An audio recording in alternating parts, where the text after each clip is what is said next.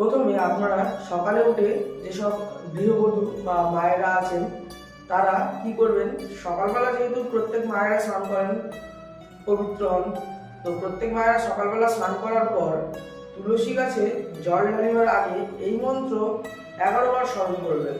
মন্ত্রটি আমি বলছি, মন্ত্রটি হলো: তুলসী তুলসী নারায়ণ, তুমি তুলসী বৃন্দাবন, তোমার শিরে ঢালি জল, অন্তিমকালে দিয়স্থল।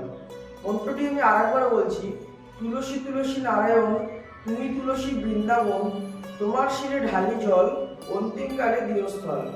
মন্ত্রটি আমি আরেকবার বলছি: তুলসী তুলসী নারায়ণ, তুমি তুলসী বৃন্দাবন, তোমার শিরে ঢালি জল, অন্তিমকালে দিয়স্থল।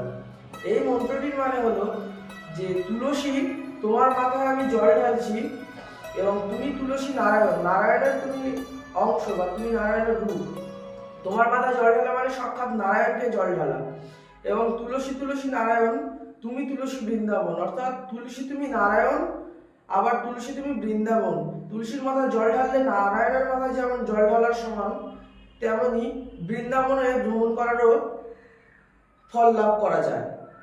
তাহলে বলছি কি, তুলসী তুলসী নারায়ণ, তুমি তুলসী বৃন্দাবন, তোমার শিরে ঢালি জল, অর্থাৎ তুলসী গাছের মাথায় অর্থাৎ তুলসীর শিরে যে জল ঢালা হচ্ছে সেই সময় এই মন্ত্র বলা হচ্ছে: তুলসী তুলসী নারায়ণ, তুমি তুলসী বৃন্দাবন, তোমার শিরে ঢালি জল, অর্থাৎ তোমার মাথায় ঢালি জল, অন্তিমকালে দিয়স্থল।